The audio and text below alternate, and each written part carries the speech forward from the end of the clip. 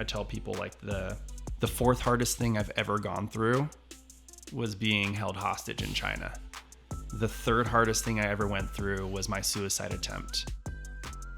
My name is Jason Conrad, and I'm the franchise owner of the Salem Capitals. And the Salem Capitals are a professional basketball team in the TBL, which is the newest professional league in the United States. So you have obviously the NBA, which everyone knows about, the G League, which most people know about, and the TBL, which most people don't know about.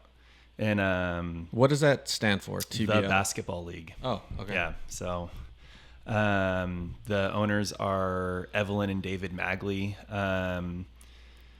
David Magley was Mr. Basketball in Kansas back in the day, and I know in that part of the world that's kind of a big deal. Yeah. Played against Jordan in college, played in the NBA, and then when he retired, had some money to play with, and him and his wife decided to start this basketball league, and started in 2000 and technically it started in 2018, and it was the NAPB something. Okay. Yakima Sun Kings played in it. Okay. And then they rebranded to the TBL in 2019. And I actually played for the Yakima Sun Kings in 2019. And that's how I got involved with this whole thing. Gotcha. Okay. Yeah. So it was kind of the last hurrah season. Didn't know if I was going to play basketball again or not. And then I had some life happen, and it's like, where can I go? I don't want to start at the bottom of the ladder overseas again. So where can I go play and still be home? Yeah. And that was the spot. Okay, good. And that was just one season up in Yakima? Yep. Yeah. It was not what I was expecting, but still a great experience. And the reason I was able to get to the position I'm in now is because I actually won the Community Engagement Award for the entire league. Okay. So I was able to meet the Magleys and be on a first name basis with them. And then after that season, retired from basketball.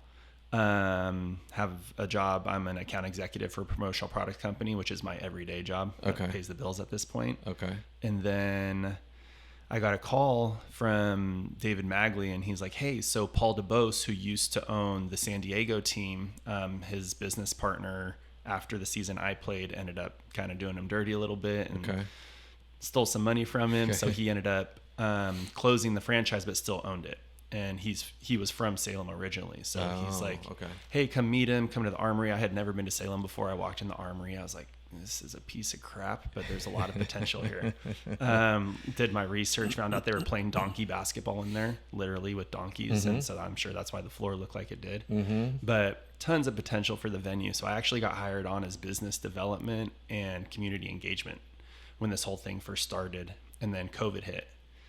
So we obviously took that season off, and then coming into the next season, 2 months before the season was supposed to start, Paul, and he's an older gentleman, family, still works full time, money guy that kind of just wanted to be a part of something. He's like, hey, so I'm moving. I don't think I want to do this anymore. And it's like, dude, I just bought a house out here. I'm trying to, integrate myself into the community. So let's figure it out. And it was one of those things where it's like, well, if I'm going to spend all my money on something, what do I spend it on? So something I believe in, which is this basketball team, which is going to be a platform for a lot more than just basketball. Mm-hmm. Good.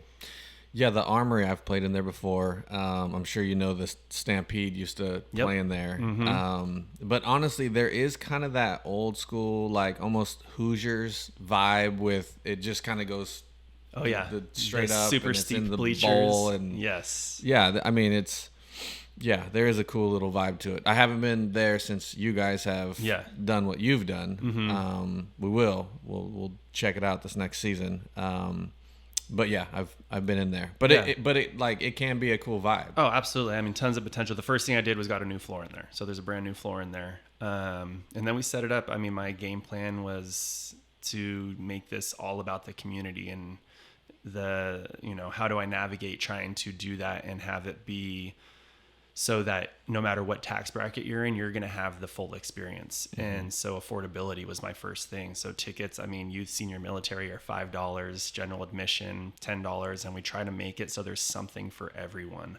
2,000 general admission seats, but then we decided to turn the stage into like a full-on nightclub. So there's a full bar, there's a DJ, people can be up there, dance, stand, sit, whatever they want to do. Interesting. I did not know and, that. yeah, so it's 21 and over, like security, checking IDs, kind of that normal atmosphere that you would get. And then we have the bleacher side, which is families, obviously that under 21 crowd. And then during timeouts and halftime, I'll bring anyone who wants to come on the floor, and we dance. Every single halftime we'll dance. Sweet. And kids love being on the floor, so it's a Yes. thing for them. And then Yes. timeouts, we had Chuck E. Cheese as a sponsor, so they were giving me $100 gift cards to give to kids. Sweet. $200 gift cards for Wow. every game. And Wow. Del Taco kind of did the same thing. And we just had a ton of support from the community once a few games got in, because Yeah. I came out here and no one knew who I was. Right. So it's like, hey, help me out with this. I'm new to the city, and you have no idea what I'm doing, and I have nothing tangible to show you, but give me some money. Yeah. So Yeah. it was a interesting road to navigate right in the beginning. Yeah. And so how'd the first season go? Oh, it was awesome. So again, being all about community, there were, some guys that came to tryouts, and I was like, well, you have to be more than one dimensional. You can't just be a basketball player. You have to be involved with the community. You have to be able to talk to people and go out and be a conversationalist. And some guys that just wasn't up their alley. So it's like, well, thank you. No, thank you. So I put this team together, not thinking they were going to be as good as they were going to be. And we were the last undefeated team in the entire league. And there's 44 teams across the entire country. Wow. So yeah, no, we did really well. We ended with a 20-7 record, made it to the second round of playoffs. And for a first year franchise, I mean, I couldn't have been happier with how it went. Does, in terms of the playoffs with the 44 teams, how is that like by region? Yeah. across So we the started out country? with region, and then there's 4 regions. So then the West and Midwest would play each other, and then East. And this all started in Indiana. So if you go to Indiana, they basically have their own region in Indiana, because there's so many teams, and the West is the most spread out. So Vancouver had a team, and then we'd go all the way down to San Diego. Okay. And with the playoffs, like if you guys were to keep winning, is it all 44? Like eventually there's one winner of the 44? So it was the top 8 teams from each region. Okay. But we only had 8 teams in our region this season. So Gotcha. everyone made it from our region. And then the format was best of 3. First game was played at the lower seeds house, and then the next 2 would be at the higher seeds house. Okay. Yeah, I remember the first time I seen you last year. You were in. Actually, I'm in a photo in the background sitting and I remember when you took the photo because you were at the West Side Tap House. In West Salem, and Adrian and I were sitting outside, I think, with our dog. And it was funny because I was looking at a recent photo and I was like, oh yeah, there I am sitting in the background. But you had been giving out some T-shirts. Yeah. And honestly, man, when I go around the community, I see Salem Capitals stuff like everywhere. Oh yeah. Like you guys have been doing a really good job of being everywhere. Yes, absolutely. And I'm seeing some of your guys, like the chamber events and whatnot. So, from someone that's just been on the outside looking in, you guys have been doing a really good job with that. I mean, you guys are all over the place. Yes. And the crazy part is we are still the best kept secret in Salem. But yeah, no, it's fun. I mean, especially being at Hoopla and seeing, kids and adults in our gear. And then, the league does it so you can buy players' jerseys. So Damo was out there, and he actually won the community award this season, which I was ecstatic about. I mean, that was one of my goals, was to have someone on our team win that award. And he had full on youth league teams coming out to watch him play wearing his jersey, which was super cool to see. That is. Yeah, so my wife Adrian is trying to help you get into the school district. Yes. She's a PE teacher, and apparently they have, I don't know, an annual meeting or biannual meeting with all the PE teachers in the whole district. There's like 60 of them. Okay. And I think she's trying to get you to come to one of those meetings. She shot me an email, and she's like, yeah, if I can get you in, I want you to come in. Because that's a big thing for me, is I want to be involved with, obviously, the schools, but I want to be involved with as many things as possible. Yeah. But the schools are a big one for me. And what I eventually want to do is talk to the high schools and and bring in 2 different high schools for each game, bring in bands and cheerleaders and let them do battle of the bands during our games. Yeah. And get more of that community vibe. Yeah, that'd be sweet. Yeah. We played against, in the championship game, we played against Mike McShane, which Yes. is, he's kind of a local legend, but he's just back. But he's going to be coaching McNary girls. Okay. And so I had chatted with him a little bit just about that. And he said he's going to be putting on clinics, and he was like, bring your daughter. And I think he's a guy that's super community and trying to get people going. So he might be a good contact for some of that too. Absolutely. I mean, I've met a lot of, actually Jason Unruh was one of the first people I met out here. And then, kind of following him around and meeting his network of people and then meeting their network of people. So I feel like, this is a basketball town, whether they know it or not. And, we're just going to keep evolving that. Yeah. So the next season, like, what is the schedule? Like, when is the season? So they're going to push it forward a little bit. So it'll go from February to June. Okay. Yeah. Okay. All right. Well, let's get into what really got you here and your story, your background, your love for the game, and kind of where that's taken you. And yeah, no, absolutely. I'm going to start like back at the beginning from when I was in elementary school and how I got the mindset I have. I grew up in Morgan Hill, Gilroy, California. Okay. And my parents were super involved with everything. So they owned a huge business out there. My mom ran the local volleyball club. My dad ran the local soccer club, Chamber of Commerce, City Council. They were involved in everything. And they were kind of the ones that, were the role models for me to say, hey, I want to be a pillar in a community one day. I want to be someone that people know and someone that's doing good things. And the fact that my parents, coached kids when they were 8 years old and they still stay in contact with them, they made an impact in those kids' lives in some way, shape, or form. So, growing up, I had an awesome childhood. My house was the one where we'd have like 12 people come over and spend the night and, get into trouble. And I had the basketball court in my backyard and we'd go skateboard in the front yard. I played every sport except basketball. I think I played 2 years of YMCA when I was like 5 or 6. And then other than that, I mean, I was a football quarterback. I was an all-star hockey goalie, baseball. My dad was a baseball player. Mom was a volleyball player. Met ice in their backs in the training room at Santa Clara. So athletics runs in my blood. And so I did everything except basketball. And then I got to middle school and I was always a yes sir, no sir, yes ma'am, no ma'am, please, thank you kid. And there wasn't really anything that I did, I was a little mischievous sometimes, but nothing I really did to get in trouble. And so I homeschooled 6th and 7th grade, and then we just realized I was too social to do that. So I went back to school, and where I grew up, we have Norteños, Serranos, there's a little bit of a gang issue. In my middle school, our school colors were blue, gold, and white, and we weren't allowed to wear blue or red at school. So it was obviously a thing. Right. So this was like my first, taste of actually getting in trouble. And I had befriended someone who, his family was involved with some stuff that I should not have been involved with. Mm-hmm. And so 8th grade, I ended up getting kicked out of school. Okay. Something I didn't even do. And my core teacher was blind and she had an 8 in the class. And she stepped out of class, and this girl who was opposing sides of where my friend was at, took his sweatshirt. I literally sitting behind her, pulled it off of her, threw it back to him. That was that. And then she left class. And I didn't think anything of it. And about 20 minutes later, 2 police officers came and pulled me out of class. And I'm like, what in the hell?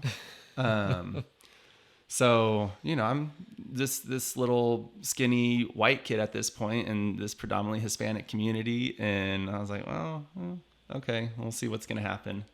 And so basically she told them that I had it around her neck, choking her. And I don't know what she did. She had a huge welt. Like, I walked by the office, they were taking pictures. And the end of it was like, well, we're going to believe her over you because she's a girl.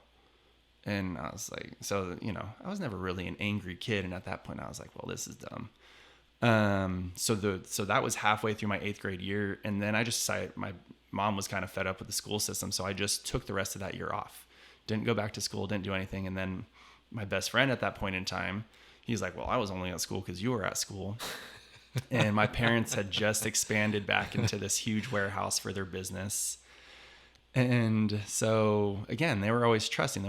There wasn't really anything I did for them to not trust me. So I was with, you know, my buddy basically 6-7 days a week, hours at a time. Sometimes I'd be at his house for 5 days in a row, as long as I called my parents to let them know. And this is obviously before cell phones and all that stuff. So, hanging out with him, I was now introduced to all these other activities. So, you know, 12 years old was the start of the rebellious age. So sex, drugs, drinking, fighting. And at the time, I don't think I realized what the consequences were if I had gotten caught or if something had happened.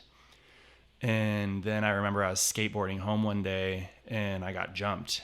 And so I got knocked down. I was just laying on the floor, covering my face, trying not to get kicked in the face. And I stood up and just right across my face with my skateboard, knocked my tooth. That was my one bit of good luck. The dentist is like, try to push it back in. It might reroot. So it's in there. It's sideways, but it's in there. And yeah, I feel like that was my one bit of good luck in my childhood. And then I was just angry. And I feel like I went out looking for trouble. And again, me and him just, you know, we're going out and exactly like I just said, looking for trouble. And, you know, his uncles and his cousins and everyone from his family was part of that lifestyle. And those were the people I was hanging out with. And so that next school year I homeschooled. I didn't do anything, which would have been my freshman year. Yeah. Okay. So I homeschooled. I think I did some stuff, but I didn't really do anything. Dad was still coaching at the high school. Mom was coaching at the high school. And I would go to the high school games with my red backpack, and I would be slinging dime bags and mini bottles in the parking lot at this high school my parents were coaching at. And again, thought nothing of consequences, and just, I was like, oh yeah, you know, I'm cool. I'm the rebel. I'm the whatever. And, you know, a few more months go by and we're in Southside San Jose. I'm with my buddy, his 3 cousins who are maybe, I don't know, 5 to 10 years older, and then his uncle who's in his 50s, and just this OG guy. And so we're walking in Southside San Jose. It's like 2 a.m, going down a back alley to his grandma's house. Bunch of guys walk out on the opposite side of the alley. And we're like, well, dang, okay. So his uncle goes out, this other guy goes out, they're throwing signs at each other and yelling, and they start fighting. So we all go in and start fighting. And keep in mind, I'm still just this little, I haven't hit a growth spurt or anything. I'm 5'8", 13 years old, rolling with these big Hispanic dudes. And so we're fighting and I get knocked down. And then I stand up and I'm right next to my buddy's uncle, and he knocks someone down. And when that guy gets knocked down, he pulls out a knife and stabs me. And I think I was just kind of in shock at that point. And luckily it went straight through my shoe, through half of my toe, and stuck my foot in the ground. And then that kid stood up, and about from me to you, his uncle grabbed him and stabbed him in the neck. And that was the turning point for me. So they, you know, took me to his grandma's house. They, you know, basically super glued my foot shut, wrapped it up. And I told my parents I sprained my ankle skateboarding. And then I didn't talk for like a week. And I stayed at home. And, you know, so my mom tried to take me somewhere to talk to someone, and I just wouldn't talk. And I didn't know how to process what I just saw. I don't know if the kid lived or died or what, but, at that point I was like, well, now I know what's happening, and now I know what the consequences are if I keep going down this path. So it's like, so now what do I do? And then I found basketball. in this time, I'm still playing all these other sports. And it's just, you know, in the free time, I just, you know, now realize I was just really good at hiding things. So I decided to quit everything. So I should have been a freshman. I'm now going to so I was living in Morgan Hill. I'm now transferring to the Gilroy School District, entering as a freshman. So that year was basically a wash. Now I'm a year behind. Which was good because, I mean, of how I was growing. So I decided to quit everything, and that summer got into basketball, and I was awful. I mean, I had this funky shot where I would like catapult it. I couldn't do anything. And then I started to grow. So I went from 5'8" to 6'3" in a matter of months. I started high school my freshman year. First day I was 6'3", and last day I was 6'7". And my knees were hurting. Literally days I couldn't even walk because I was hurting so bad. But I went from 6'1". I went from 6'1" to 6'7". Yeah. Freshman to sophomore year. Oh, okay. So like yeah, kind so of you get it. that Yes, same absolutely. quick. Yeah. So I ended up making JV just because I was tall. I wasn't good. I didn't really get a whole lot of burn. And then, you know, I still had in the back of my mind, all right, this is what I want to do. So that summer I just grinded. I was playing for West Valley out in San Jose. And I remember playing in my first big time tournament in Vegas, and we played against OJ Mayo and Bill Walker. And, you know, so we were an all freshman team playing in the open division, and we got waxed. It was a good experience though. Yeah. And then after that, we played the LA Rockfish, who had 8 guys sign D1 scholarships. And, you know, I was able to hold my own, and I was able to put on a little weight. So I came back as a sophomore, about 30 pounds heavier, an inch taller. So I was 6'8", and I ended up making varsity. And then my goal was to, you know, get some playing time. I ended up starting on varsity. And then my sophomore year, I led the entire state of California in block shots. Really? And my very first college letter was from Lorenzo Romar at Washington when they were number 8 in the nation. And then it became this, like, this is an attainable goal and I can definitely do this. So then it was get a full ride to a D1 school. So same thing. I just going into my junior year, got better and better. Going into my senior year, McDonald's preseason All-American, got to play at the Pangos All-American camp with Brandon Jennings, DeMar DeRozan. Jeff Withey was my roommate, and, you know, just did really well. And I was like, I'm going to get my pick of where I want to go, this and that. Going into my senior year, I had a game where I had 27 points, 23 rebounds, and 11 block shots. And then the next game, I shattered my ankle. And all the big schools stopped calling. I was talking to Stanford. I was talking to Washington. I got to talk to Bobby Knight on the phone when he was at Texas Tech. Like, it was an awesome experience. And then it's like, dang, like, what? I had to wait a few days before surgery, and then they went in, and the only thing that was holding my foot to my leg was the skin. Everything else just tore. And you did that, I'm assuming in a game. Yeah, I have it on film. I went up, and a kid pulls on the back of my jersey, and my toe just caught on the ground. So my foot went forward and sideways, but my body went completely flat backwards.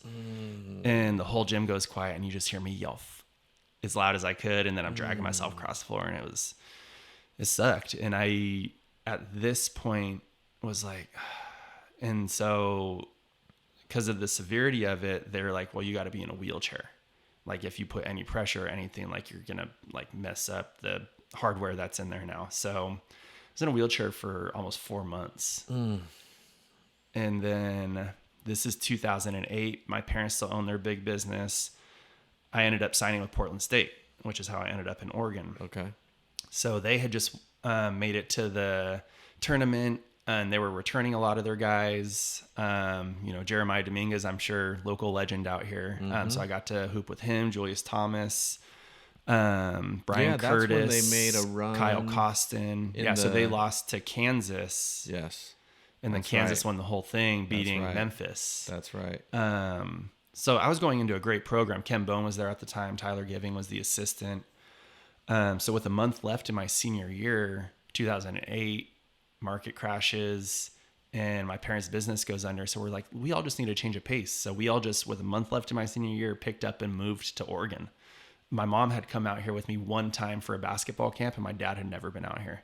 And he's like, all right, let's do it. So I finished the last month of my senior year at Aloha High School. Okay. And then moved into the dorms. And I was just going through some stuff, which I just thought, oh, you know, puberty, this, that, hormones. And I was just like, my mood was crazy. And I was always naturally a very, very hyper kid and person. And so I just didn't put two and two together. So I was in the dorms for about a week, and I was just struggling big time. And mental health wasn't a topic of conversation in 2008. But I was at a point where it's like, I really can't do this. So I went into the coach's office and said, hey, here's what's going on. I'm giving up my scholarship. Like, I can't be here. And, you know, as you can imagine, in 2008, that conversation wasn't what it should have been. Mm-hmm. I'm sure it'd be a lot different now. Mm-hmm. And, you know, basically they just said I was being a wimp, and that, you know, you're a high profile athlete. You don't need to feel like that. Mm-hmm. It's like, it's not if I do or don't. This is the reality of the situation. And I literally went from the coach's office to the hospital because I was that bad, and got diagnosed bipolar. And so then the next part of this whole thing was, my parents had just moved to a 1-bedroom apartment in downtown. They're like, finally empty nesters. We're going to go, you know, have fun. Mm-hmm. And so where do I live?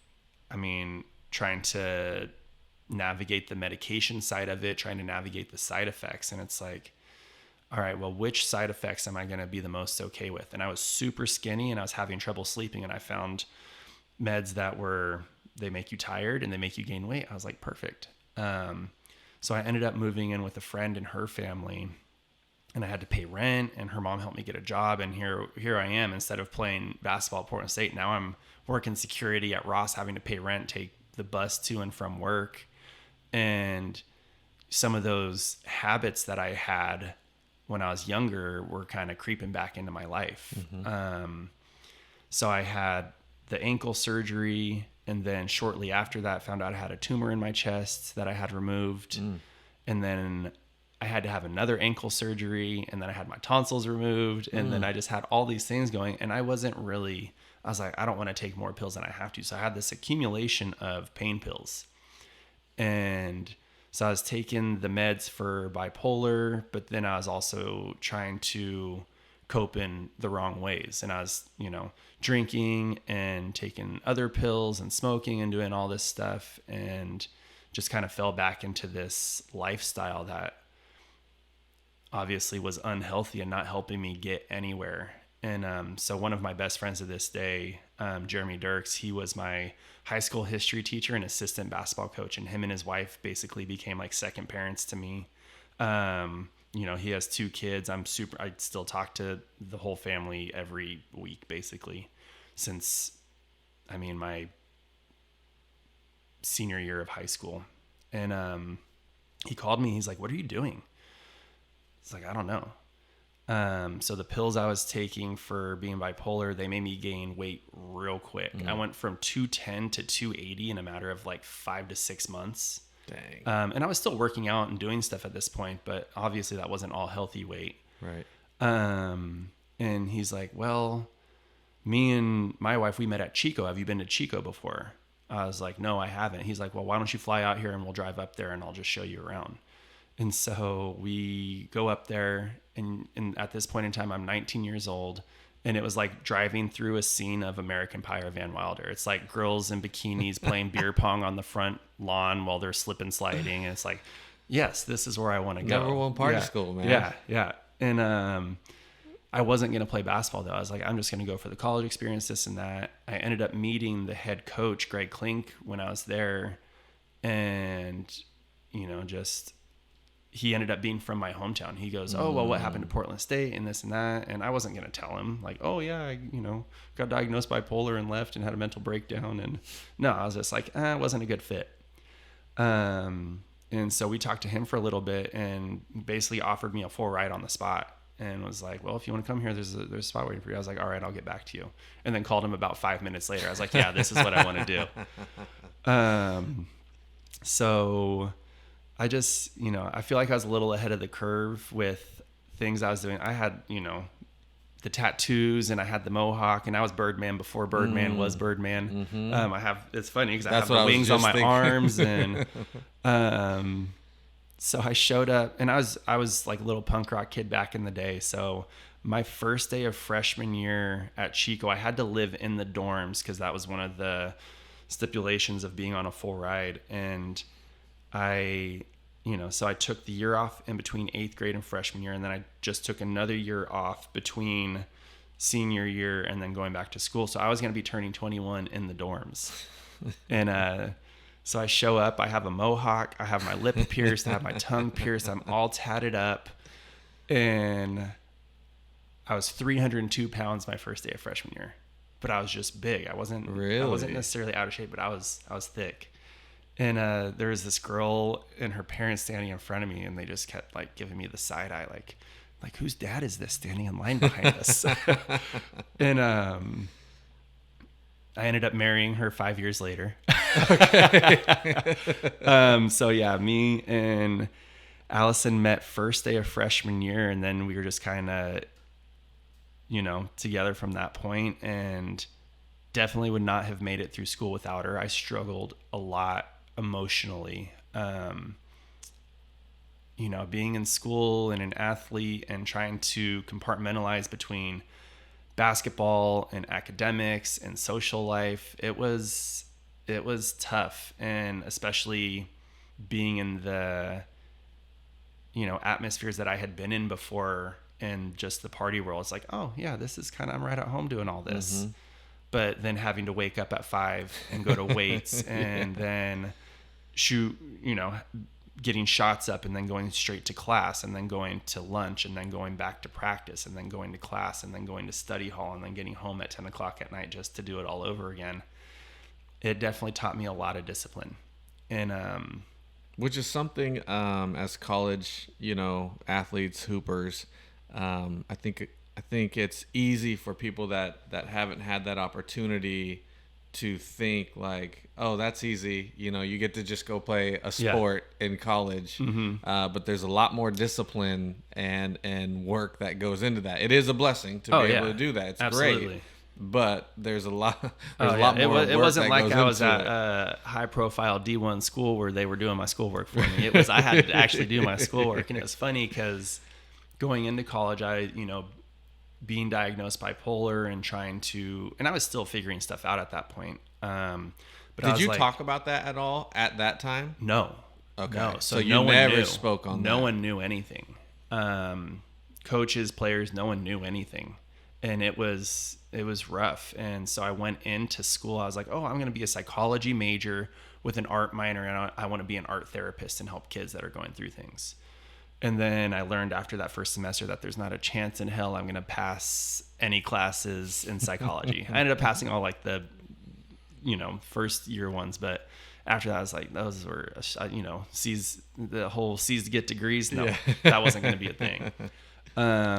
So art is a huge part of my life. Art was my first love, is still probably one of my biggest loves at this point. And so I was like, oh, well, what's something artsy I can do? So I changed to an interior design major. I was like, oh, this will be fun. I like, the organization and this and that. So I got to take a functional organization class, furniture building, all this stuff.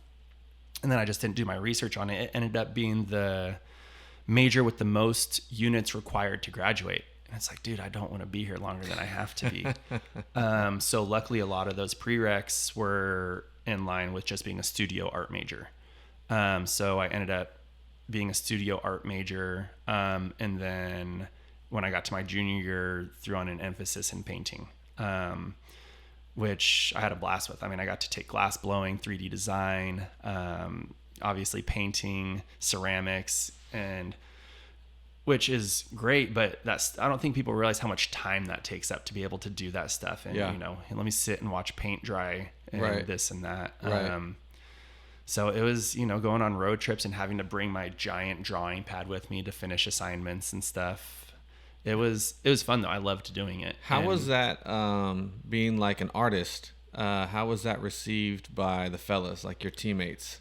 Like, did they embrace that, or did they? Oh make yeah, the amount fun of that? tattoos I Like, drew was okay. amazing. So Okay. actually, that's what I originally wanted to do after college. I wanted to be a tattoo artist. Okay. So went through my college career, academically did well, and then basketball wise, if it wasn't for Allison, I would have transferred. Okay. Greg Klink, great coach. My teammates were awesome. And my junior year, I actually just hit like a point where I was really struggling and talked to him about it. And he brought the team together instead of practice one time, just brought us all into a classroom, found a video on YouTube on being bipolar, and then talked about me and talked to the guys, you know, with me in the room. And that was kind of the first thing, or, you know, the first time that I felt accepted. Okay. For So you knew who he I was going to do that. Yeah. You knew yeah, he he was talked to gonna me show first. Okay. Yeah. And it was hard because the biggest thing for myself is I don't want to be a burden to people. I don't want people to have to worry about me. I don't want people to have to take care of me. And that wasn't the case. It was like, hey, we're here if you need us. And they were just totally accepting of everything. And then the school newspaper found out somehow. So then I ended up doing a huge article in the school newspaper my senior year. Got a ton of good feedback from that. And then it turned into this, all right, well, maybe I can use this to help other people. So my college career was nothing spectacular. I ended up finishing third in school history and block shots, which, you know, I was the tallest player in school history. So I should have finished first, but that's okay. And then I was defensive player of the year my senior year. But I mean, if you go back and look at my stats, there wasn't anything that I was doing the intangibles, but nothing on the stat sheet that was going to stand out to anyone. I was like, oh, well, my basketball career is over. And then I was actually working out with this guy, Mario, and then his Gus Armstead. So Eric Armstead, who played at U of O. So his dad was one of my trainers. Okay. And there's a March of Dimes Classic, which is basically like the Sacramento Summer League. So you get all the Kings playing in there, as you know, the Jason Thompson, Travis Outlaw, DeMarcus Cousins era. And I went and played in that, and my matchup was against Jason Thompson, and I just kicked his ass. And so I had film, and then I got a call about a week later for an invite to go play in China. And I was like, oh, okay. So I went over there as like a month tour, and I got paid to be over there. And that was my first taste of getting paid to play basketball. I was like, oh, dude, I can totally do this.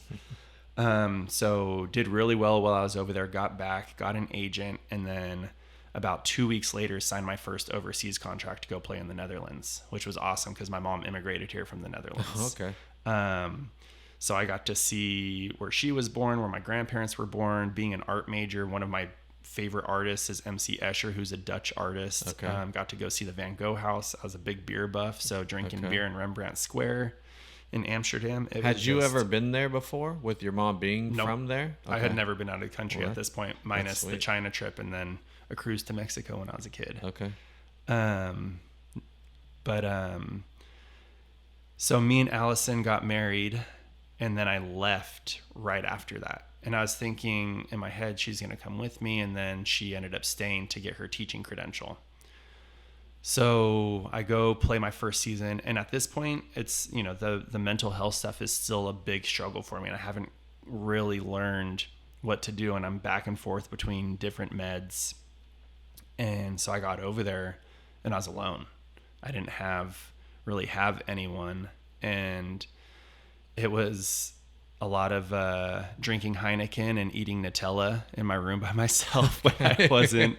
But then, you know, I was 20 minutes away from Amsterdam with a bunch of other young dudes playing basketball. And, you know, it's like, oh, well, let's go get into some trouble. We'll go out to the clubs. And I just remember my first time going out to a club, and then I walked outside and it was light outside. I was like, oh, that's not how it happens in the States. But no, I struggled over there a lot. And it was hard to find the motivation to go get the extra workout in and go get the extra lift in. And I ended up cheating on my wife while I was over there. It was my first time, only time I've ever cheated in my life. And it was one of those things where I just felt awful, but I didn't say anything right then. And she came to visit me. And we talked about it the first day I got there, or the first day that she got there.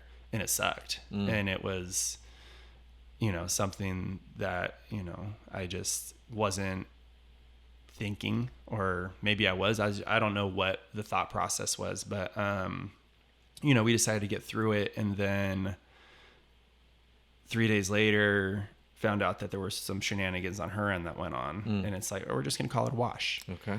And, so after that season, we went back to Chico, and I was just struggling big time. And I remember we got back, and it's like, oh, we're going to go hang out with the basketball team. You're going to go to a couple of house parties. And there was one party we went to where one of her sorority sisters got in a fight with this dude, her ex-boyfriend. And so my wife went over to try to like kind of pull him apart. And this dude, like 6'5", 260, picks her up and throws her in the street. And I was pretty, you know, I don't want to say I was drunk, but I was pretty tipsy at this point. I just remember seeing red and dropping the stuff I had and running over and just laying him out. And he just pulled, you know, one of the falling angels and hit his head on the concrete. And I was like, oh my God, wake up, wake up, wake up. Because I had a friend whose brother did the same thing, and the dude died and his brother ended up in jail. So I was like, wake up.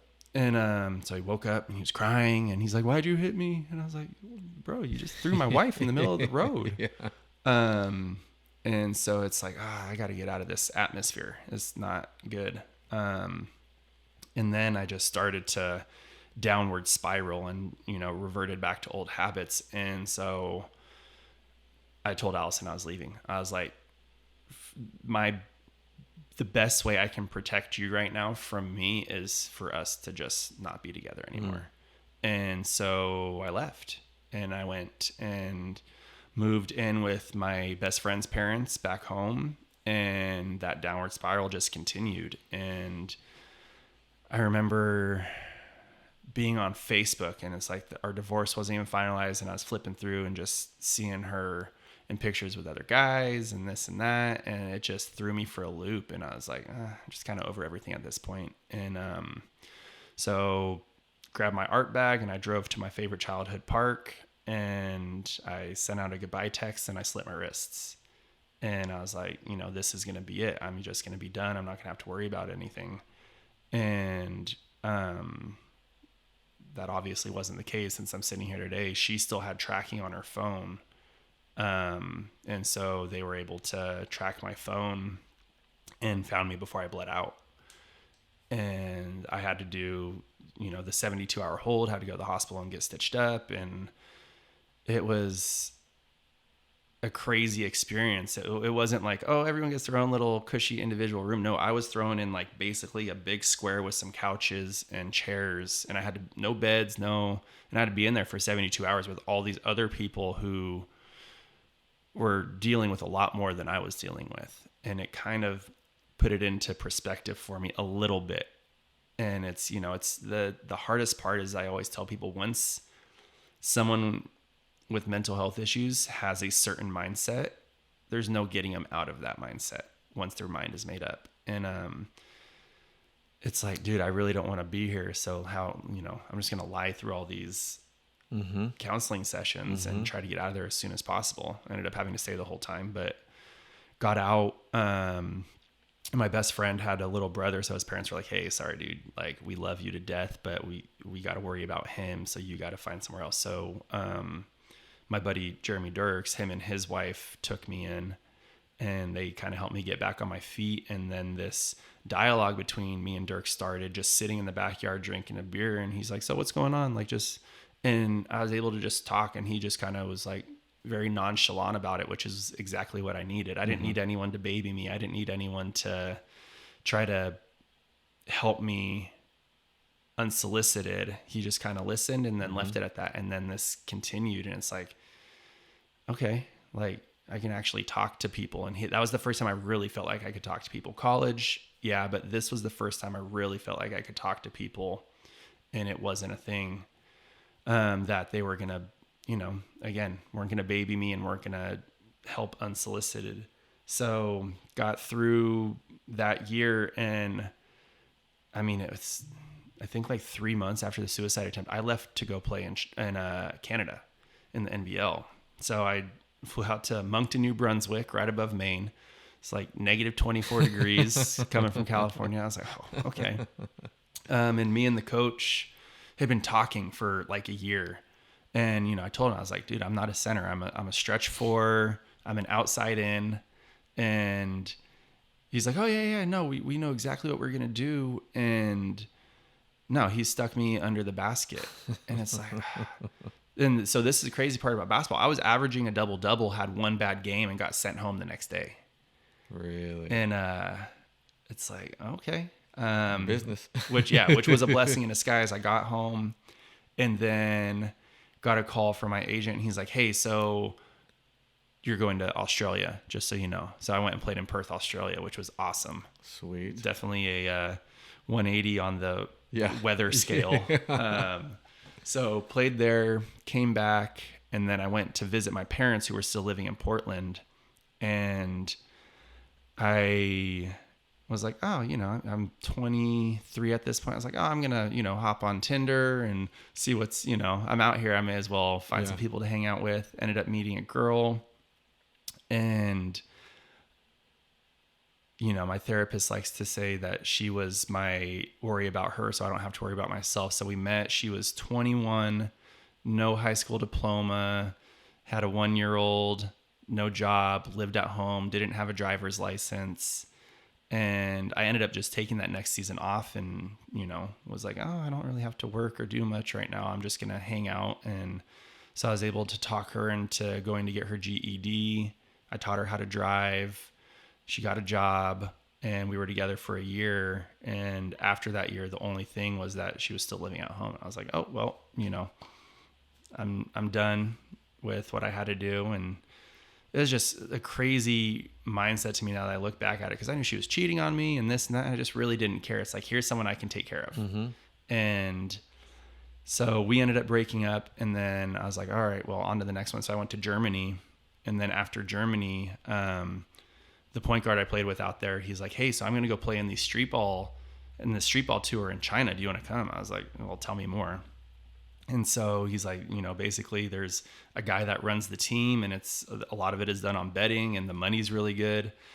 And so I remember getting out there and we were going to have like 3 days to acclimate to the time difference. And I walked off the plane and these two guys walk up to us and they're like, Josh and Jason. I was like, yeah. And he goes, Josh, you're going to come with me. Jason, we sold you to another team for the weekend. You hop on a plane right now. You play in 3 hours. I was like, what in the hell? And then handed me a wad of money. I was like, okay. So it was crazy, but it was super fun. And it was like outdoors, sometimes indoors, sometimes we'd have, this outdoor court with 5,000 people around it. It was absolutely insane. They love basketball out there. And so we were going through that. And about halfway through this tour, we went and we were playing in Chengdu and we were doing this event and it was like on a dirt court. And it was kind of my first time ever having culture shock. But like we were driving through houses made out of mud and bottles. Like I remember seeing kids with the 2-liter bottles flattened with straws for flip flops. And it's like, dude, like it was pretty intense. And, but one of my favorite parts about traveling is just food. And I will always try the local food, depending. But, so I remember getting back to our crappy little hotel that night and it's like, oh dude, I for sure ate something bad. Like my stomach is bugging. And so after about being in the fetal position and excruciating pain in my bed for about 5 hours, I was like, dude, okay. I was talking to my mom. My mom got Josh's information. He was my roommate. And I think she hit him up on Facebook. She's like, you got to help him get to the hospital. And so got to the hospital and that was a surreal experience. I walked in and people just started taking pictures of me. People were spitting on the walls. They were smoking. And so I go through all this testing. I'm sitting in a wheelchair and then I had a translator with me. And his name was Hank. But have you ever seen the movie Kung Fu Panda? A while ago. Okay, so he's this round little Asian guy. Okay. Always has snacks. Always has a smile on his face. Yeah.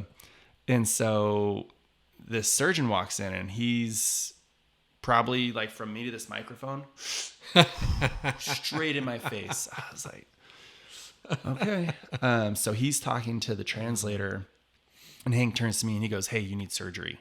I was like, "Okay, tell him to take me to Beijing. It's like a 3-hour flight away. It's a little more Americanized." Oof. And so Hank is talking to the surgeon, and Hank looks at me, full blown smile on his face. "No, he said you're going to die." I was like, "What?" He said your appendix exploded. I was like, "Okay." So they roll me into this operating room. It's 2 metal tables pushed together. I'm in my street clothes. They make me stand up to get onto the table. And then I lay down and they turn on this like Chinese death metal music. And I was just thinking to myself, I'm going to die here. So they put me under. I go through surgery. I wake up in a different room, 2 tables pushed together. There's this gnarly yellow tube sticking out of my stomach. And I wake up in excruciating pain. I'm like, "Hank, you got to tell him I need pain medicine. I need something. Like I am struggling, like almost on the verge of tears. It hurts so bad." And so he goes and he comes back like 2 minutes later. "Oh no, they said Americans get addicted to pain medicine. No pain medicine." And I was like, "Dude, okay."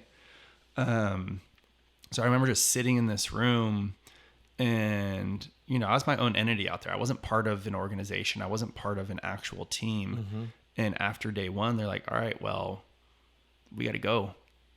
And then I'm there alone.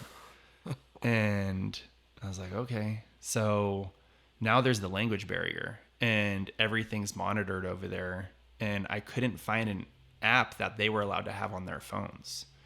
And I'm like, I'm trying, with their broken English and my, I just know how to say thank you. That's it. So day 2, I wake up and they come in and they pull this tube out of my stomach, and it was just the gnarliest feeling ever. And there were no American toilets. So before Hank left, he's like, "Oh, I got you an American toilet." They literally put it in the middle of the bathroom, not connected to anything. And so the first time I had to go to the bathroom, I had 5 nurses. I had 2 under each arm and 1 behind me, and I couldn't stand up straight. And they walk me there and they sit me on the toilet, and they're about 5 feet in front of me in a straight line with their hands behind their back watching me.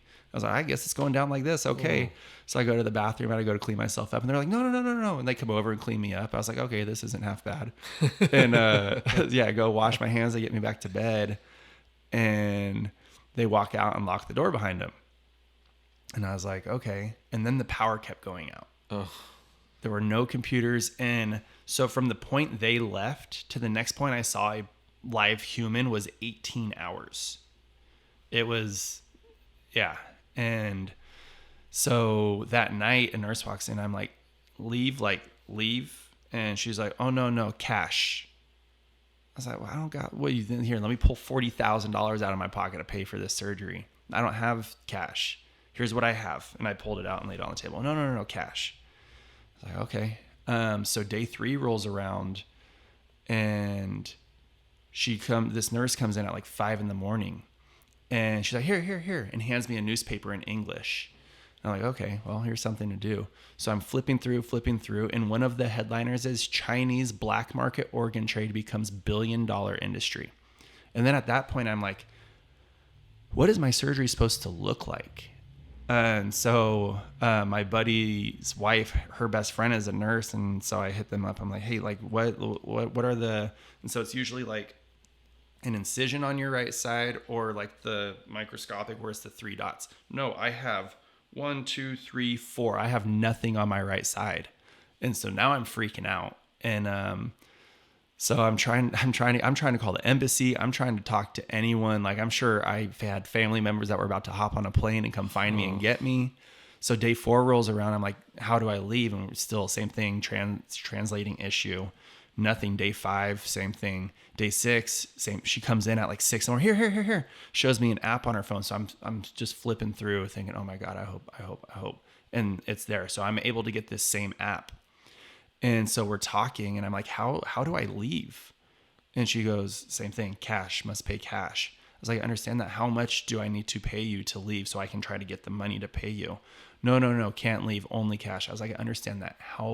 What do I need to give you to leave? $910. I had $2,000 in my pocket. That I showed her on day 2. And she said, no. So I paid the $910, and then they acted like they did me a service. They gave me flowers. They were taking pictures. And so I go back, still can't stand up straight, still have no idea what's going on. And the crazy part was I was like pushing on my stomach, and like a chip bag, that crumply sound it makes. That's what if you could imagine how that feels, that's what it felt like. And I was like, okay, so take a taxi back to the hotel, get all my stuff, go to the airport, fly to Beijing, fly from Beijing back. So during that time, right before I had left for Germany, there was another girl that I had talked to, and me and her kind of talked throughout this whole thing. She had never met my parents, and so her and my mom came and picked me up from the airport, and we went straight to the hospital. And I'm literally wearing the same clothes from when I had the surgery. Like, I just was like, yeah, I'm sure I smelled awful. Got to the hospital, telling the nurses what happened, and they're just like, well, do you have any any records? I was like, they didn't have computers. The power kept going out, and they're spitting on the walls. No, I have nothing for you except this. So they do an ultrasound and some tests, and so everything ended up being fine. And they said, here's what probably happened, that they went in on the wrong side, but fluid had leaked through my abdominal wall. So instead of going in on both sides to get stuff out, they just went in on the one side, cut through my abdominal wall on the inside, and then pulled the rest out. And I was like, so they're like, you had a C-section basically. And I was like, oh, great. So there's my, so, hey, yeah, I know how you feel. I had a C-section, but without pain medicine. So don't complain to me. But everything ended up being fine. So that's why I couldn't stand up straight. So I was walking with a cane for about 2 weeks. And then this other girl I was talking to, so she was also named Allison. Me and her ended up dating, and she was helping me around. She had a job where she worked at night. So during the day she was helping me. And then I got a call. And so 3 months after I got home, I left for Australia again to go play in Brisbane. So this was 2016. And so I go over there, and me and Allison were dating. After a week of being over there, I found out I was going to go play in Argentina and then go back to Europe after that. So I was going to be gone for like 2 years. And so she was younger. I hit her up. I was like, hey, here's the reality of the situation. We're going to call a spade, and we're just going to part ways. And so that's what we did. And so I was playing over in Brisbane, and about a week and a half after we broke up, I got a phone call. And it was like 3 a.m, and I was like, hey, what's up? And she goes, hey, I'm pregnant. I was like, oh, that's, being a family man, husband, father, like that was all on my radar. I was like, okay. And I don't think that was the answer. She was like, I don't think she was expecting me to be as calm as I was. And I was like, how do you see this going? And she's like, well, I want you to come home. I was like, well, I'm going to finish this season, and then I will call and give up these other contracts. And so finished out that season and came home. The day I got home, I proposed, because I was just being old school like that. We got married 24 days later. Okay. And then we were living in downtown, and while she was pregnant, she came home, and she's like, hey, yeah, I'm not going to work anymore. I was like, oh, I feel like that should have been a conversation we had together, but okay. So Kingston was born in February, and this was 2017. And then I was working, and she's like, hey, I want to move closer to my mom. So we're living in downtown Portland. Her mom was out in Bethany. I was like, all right. So we found an apartment out there, moved out there, and everything was fine. She'd stay at home mom. Right when we got out there, I had found a job doing all the youth programming at Bethany Athletic Club. And it was perfect. It was like 200 yards away from where we were living. And so I'm working that, and I'm a little bit of like an OCD neat freak, and I like things to be a certain way and this and that. And I understand with a kid, like that's not always the easiest. Mm-hmm. Kingston's the easiest kid. I mean, he cries when he's hungry or if he actually hurts himself. Half the time, it'd be like, oh crap, he just did that. We just start clapping, and he'd get up and start clapping like, hey, look at what I did. And Yeah, but that, I mean, the only time I've ever cried happy tears in my life is when he was born. I mean, you have kids, and it's just like this surreal feeling. I've said the I've heard people say that they cried uncontrollably, and I never knew what that meant. Right. Because my whole life, like if I cried, I usually knew that it was coming because it was anger or I don't know, sad. But when Riley was born, I actually just went into the bathroom after that and like sat down and I just started crying. Oh yeah. And the nurses were checking on me. They're like, "Hey, you good?" And I'm like, "Yeah, just I'm crying." Yeah. And like, but I'm not meaning to. But Right. yeah, No, it was the same thing. Like right when he was born, it was like I have pictures, just this ugly face, big alligator tears because I was so happy. And so yeah, he's my partner in crime, and you know I was working all the time, and then so when I was able to be with him, like we did everything together. And so then she's like, "Hey," Allison was like, "Hey, so I think let's get a nicer place." So the company that owned the athletic club had just built apartments literally across the street from the athletic club, which was even closer to her mom's house. And I was like, "All right, well, let's move in there." So we got this 2-bedroom there, and I'm working these crazy hours. So I tried to make it so I'd go in early, get all my back office stuff done, and then I'd take like a 3 to 4 hour lunch so I could hang out with them. And then I'd go back and I'd be there till like 9 o'clock at night. And, you know, I'd be like, "Oh, come home." Kingston went to bed at 7 or whatever. You know, I would maybe some food or, you know, not that I want to be the typical, but hey, I was out working all day. You're stay at home and you haven't been doing anything for 2 hours. And that wasn't always the case, which, again, not the end of the world. I'm capable of making my own food, but I was just tired and on my feet all day. And so this kind of became a pattern. And then it happened one time where I came home and she was like, "Oh, what are you going to make for dinner?"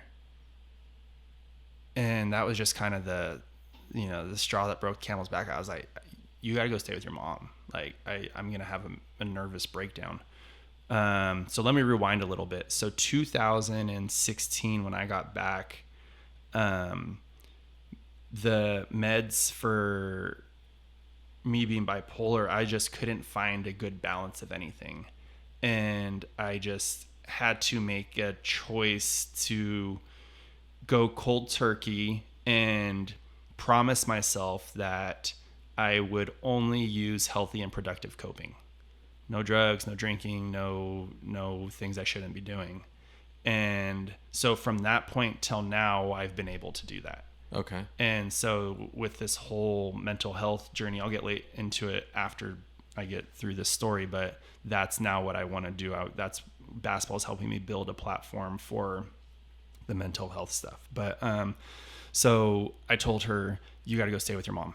Like I'm going to have like her mom lives 75 yards away. It's not like they were that far away." Is that in Bethany? Is across the street like a Starbucks and a biscuits and a little? Okay, my boy, we drive by there all the time because my college teammate buddy, actually 2 of them, live right past that. Oh, yeah. So I was right there. Then the apartments are like adjacent from the Starbucks that you're talking about. Okay. So I was right there, and so this was on like a Monday or Tuesday. I called her that Friday and I was like, "Hey, we didn't get the dating phase. We didn't get the honeymoon phase. Like, we can make this work." She's like, "Yeah, I agree. We can make this work."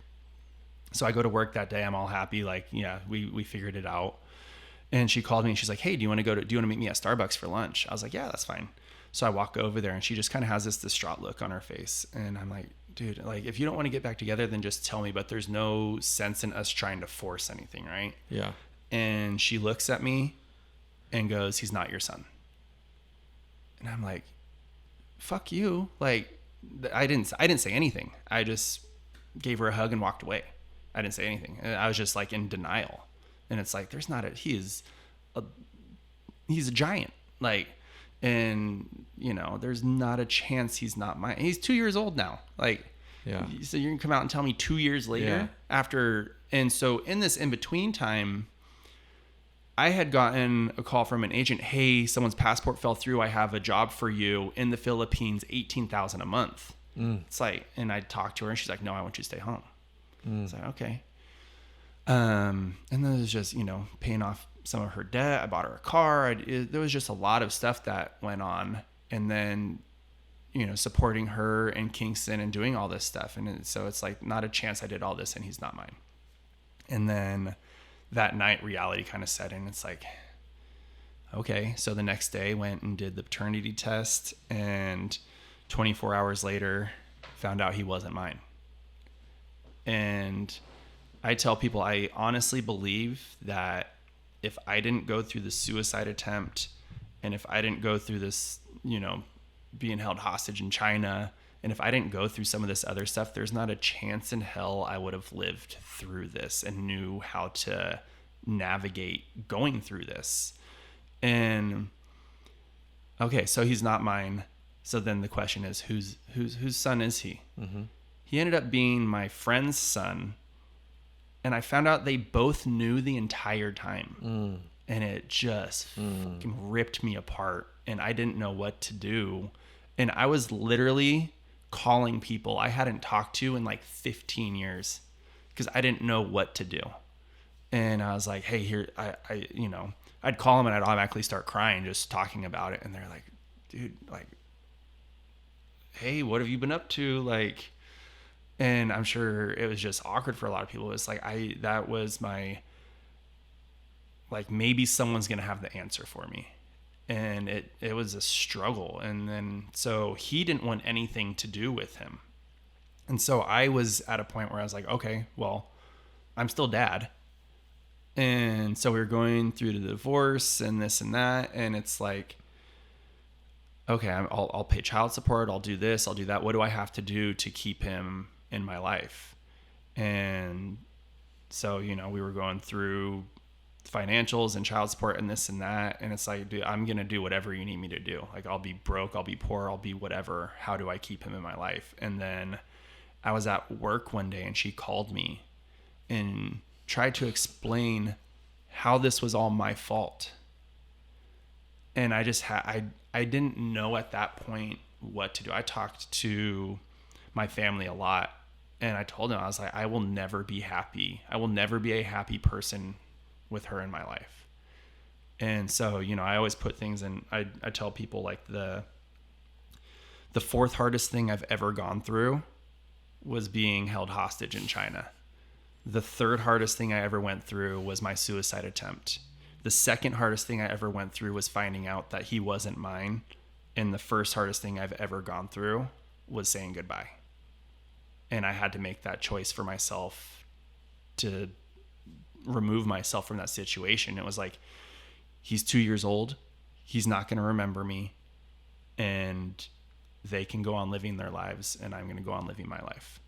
And I hope will be the hardest thing I ever go through. I don't ever want to go through anything like that. And it's still something this was 2018. It's still I struggle big time with it. It's so I have so many questions.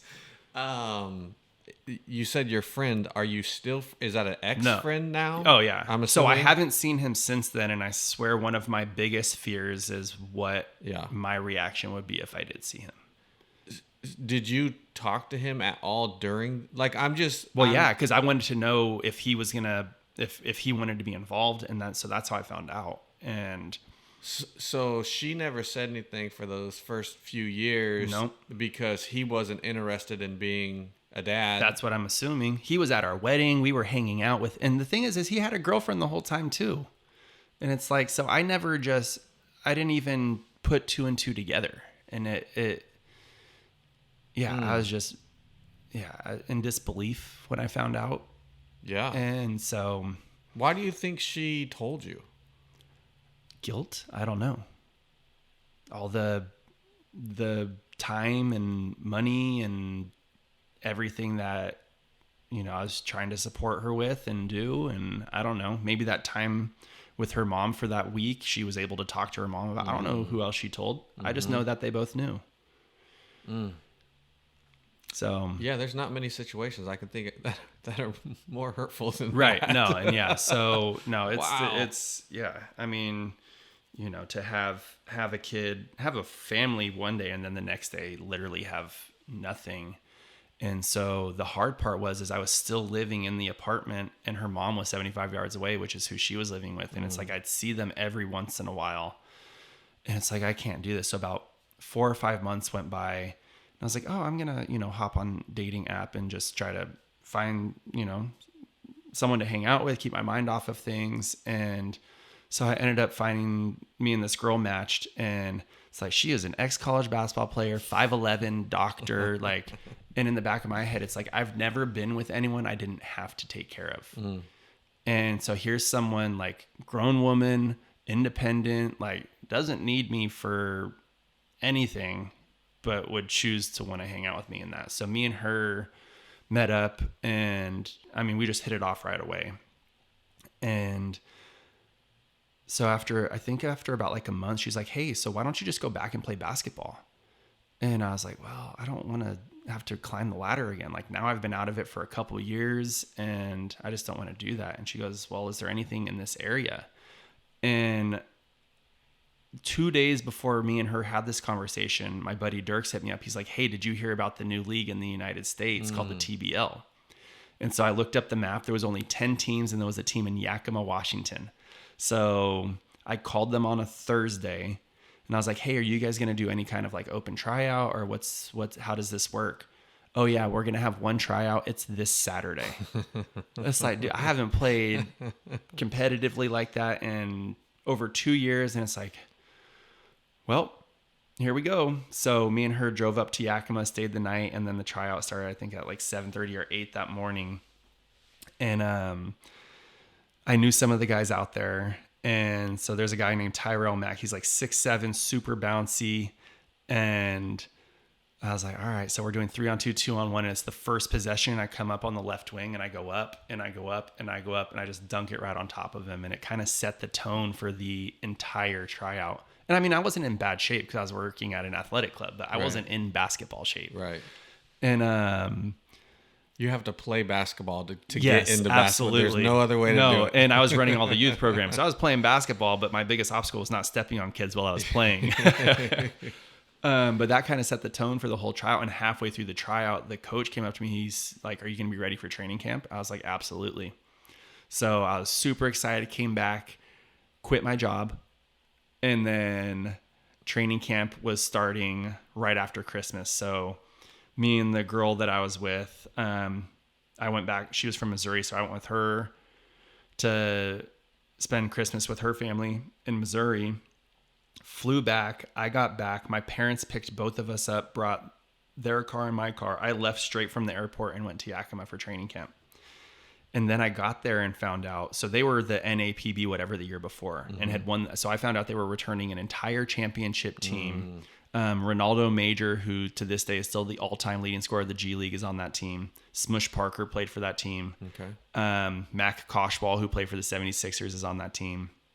So they're returning their entire championship team, and I found out they just brought me in to raise the level of competition for training camp, and that I wasn't even going to be on the team.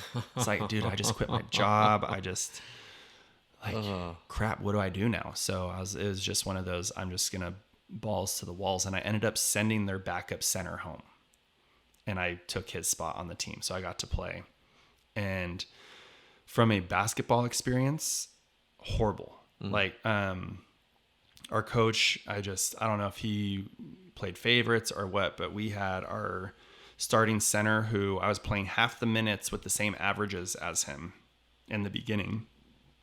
And then all of a sudden, so the month of February, I averaged like 17, 12, and 3. Like, I just had a crazy stat line for that month playing half the minutes of him. And then after that, I averaged like 2 minutes a game. And I was like, well, I'm just going to make the most of this experience. So when the season first started, something I always did. So every country I went to, I'd try to go get involved in something.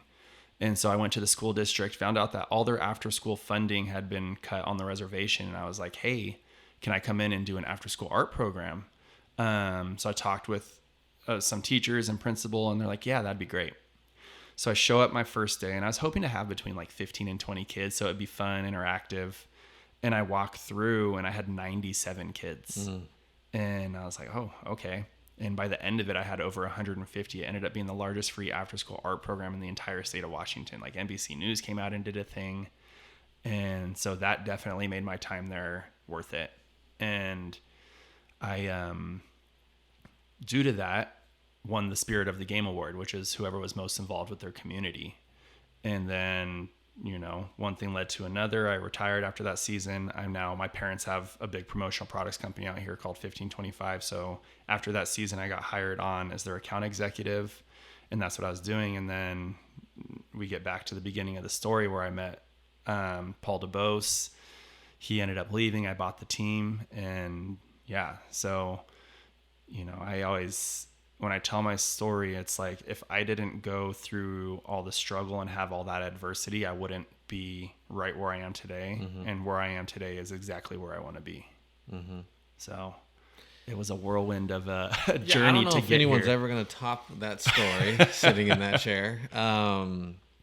The bipolar, like what, describe what that's like, or what you would do, or how you would act out. And you said you just cold turkey stopped taking meds. Yeah. So I think at this point, and I will never tell anyone to stop taking meds, but for me, I had to live with it for a long time to know what was actually happening. So bipolar, extreme highs, extreme lows, manic and depressive. And for me, my manic episodes were almost more dangerous than my depressive episodes, because I'd get this whole Superman complex. I can do anything. I'm going to drive 120 down the freeway. I'm going to go spend all my money. I'd go a full week where I'd only sleep like 2 hours every night and still have this crazy energy throughout the entire day. And then depressive is like, I'm going to go sit in my bathtub with all my clothes on and turn the lights off type thing, or just sit and watch movies and not be around anyone. So I got to a point where I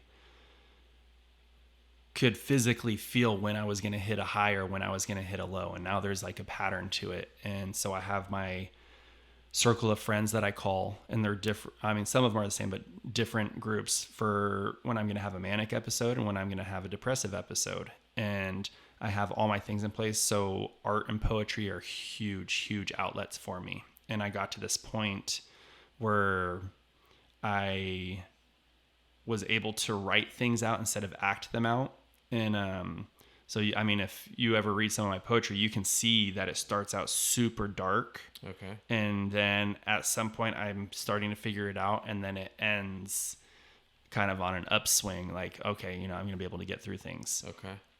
And with art and drawing and stuff, it's something I can get lost in, and I get hyper focused. So I'll be there for 3-4 hours, not realize how long I was doing it, and then just kind of allow myself to, slow my mind down. And then working out is obviously a big one. Basketball, huge one for me.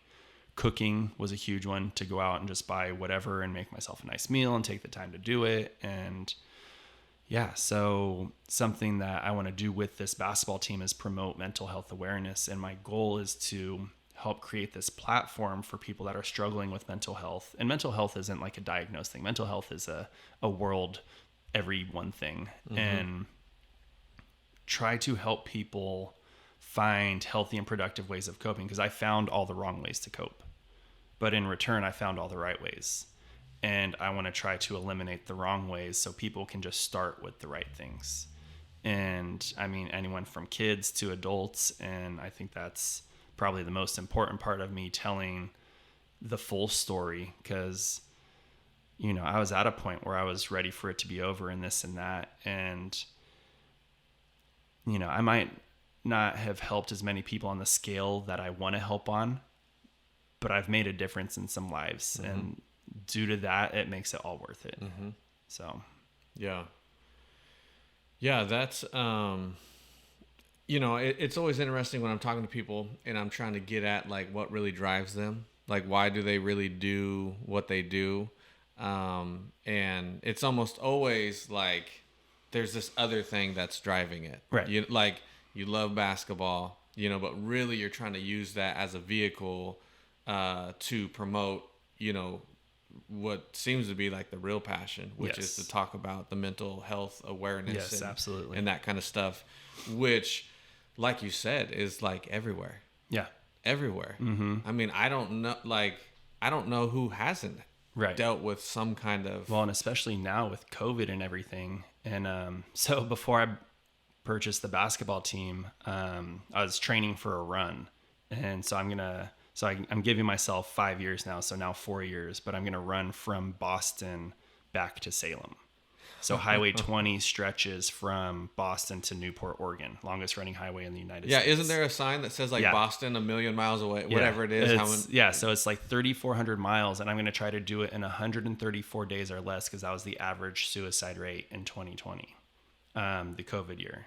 And so I got to average like 27 miles a day, and everyone's like, well, why don't you bike it, or why don't you do something? Because I don't want it to be easy. The whole point of it is it's supposed to be difficult, and it's supposed to be a challenge, and I'm going to have to work for it. And, you know, everyone's like, well, what's the point? And I think half of it is for me, and in my head, it's like, all right, here's something that I'm going to finish. And once I finish this, then I can let a bunch of this baggage that I'm holding on to go, because I have a hard time letting go. And then the other half of it is for people to see that he said he was going to do it and he actually did it, and to help kind of motivate people that once they decide to do something positive, that they need to, because the hardest part is to keep going. And so hopefully I'm gonna be able to do it. I'm still trying to schedule it out and everything, but I think my dad said that he wants to go with me, so he's gonna ride like, I don't know, a bike or a Vespa next to me and document it. Okay. And then I'll have a 2-person driving team. I think we're either gonna have like 2 Sprinter vans or a camper, and just 27 miles every day just up that highway. Wow. In 4 years. Yeah. So I'm gonna try to do it. So my goal is to have a last hurrah season. I was gonna play this season, tore a ligament in my hand, and I was like, no, I'm going to MC the games, have some fun. So I want to play next season, have that be my last hurrah season, and then the following year. So in 2 years. So you're going to play on the team. I'm going to try to play next season. Yeah. I mean, I told our coach, I was like, I got to go through tryouts. I got to do training camp. This isn't just going to be, I own the team and I get to play on it. Okay. So I'm going to be Jackie Moon minus the coaching. Okay. You know, what's funny about that is I'm gonna owe Ryan Skinner an apology, because last night we were talking about you. Yeah. And he was like, yeah, he's a player, and I was like, no, he owns the team. Yeah. He's not playing on the team. And we started arguing about that, and I was like, what do you want to bet? And I pulled up one of your photos, and you were like in a suit in the huddle, and I was like, he's not playing, but he met you in some kind of context, and he was like, no, he's playing as well. Yeah, so I actually played in 2 games, and then after one of our games, there was a little scuffle, and I broke it up, and I had to, take someone to the floor, and they fell on my hand. So I played 2 games, and then that was on April 22nd that happened. My birthday game was the next day, and I was supposed to play on that. This was going to be my whole comeback because I had a back injury. Okay. And so I played 2 games, and then my hand went out. I was like, it's just the basketball gods telling me to stay on the microphone. Okay. Oh, that's too funny. Yeah. Because I was dead set on he just owns the team. Oh, yeah. No, so yeah, I had the back injury, and then, I haven't really played in like a year and a half. So it's, I got to get back in shape. Other than our Sunday night men's other than league. our Sunday night men's league. Okay, so one more season. You said one more season One you'd more, like to play? just one more, yep. Okay, and then you're just owning and promoting. Yep, and my goal, for our first season, it went so much better than expected. My goal was to have 400 or more people at every game. Our season attendance average ended on 534. And my goal is to have 1,000 people or more at every game for this next season. And hopefully in the next 2 to 3 years, basketball can just be my full-time job. We have the youth camps going on right now that we're partnering with the YMCA. But yeah, I have my umbrella company that has the basketball facet, and then we'll have the mental health facet. We'll have the youth league facet. And then there's other stuff I want to do. I still teach wine and paint classes, so I'm sure I'll get out and about in the community and teach some wine and paint classes and maybe some youth art classes. And, I'd like to bring to Salem as much as I can and offer as much as I can. Because like I said, at the end of the day, for me, this is all about community and bringing community together and me being able to be a pillar within this community. And this is home for me now. Like I bought my first house out here and I don't ever want to leave. That's awesome. Yeah. Well, man, thanks for coming by, telling your story. Yeah, man, absolutely. Welcome to the community. Thank you. Yeah, this is cool. Like I said when we first were chatting, it just seems like the semi-pro teams that have come have struggled to stay here. Yes. Granted, I haven't seen them quite promoted like you guys are doing. Yes. And so, it's a cool thing because it's so easy to just be like, well, there's NBA and then that's it. And it's like, well, no, there's a lot of other high level. Oh yeah, because absolutely. You've played against NBA guys. Yeah. I've played against NBA guys. There's a lot of us that have played against that type of thing. We never reached that level. Right. But there's still high level yeah. players out there. And, to bring that local and have that entertainment and something for families, to go out. No, and that's the thing. It's, have you heard of the Savannah Bananas baseball team? No. Okay, you'll have to look them up. So my business model is after the Savannah Bananas, and this guy talks about how he doesn't own a baseball team. He owns a circus, and baseball is just one of the acts within that circus. So people that don't even like baseball still want to come to these games because of all the other things going on, and that's kind of what I'm trying to encompass is you have the basketball facet of it, but then you have the TV timeout games that are going on. You have the family atmosphere, the 21 and over crowd. You get this fun nightclub atmosphere, and it's just going to keep evolving and getting bigger and better. And to piggyback off of the talent thing, I mean, we have 3 guys that came from this league that are now in the NBA.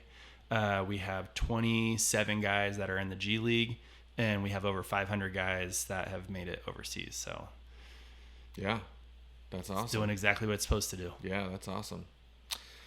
Well, thanks, man. Yeah, absolutely. I appreciate it. I haven't come to a game, but we definitely will, and look forward to building, more relationship with you. And yeah, I appreciate it. Yeah, absolutely. Thank you for having me. Yeah, man.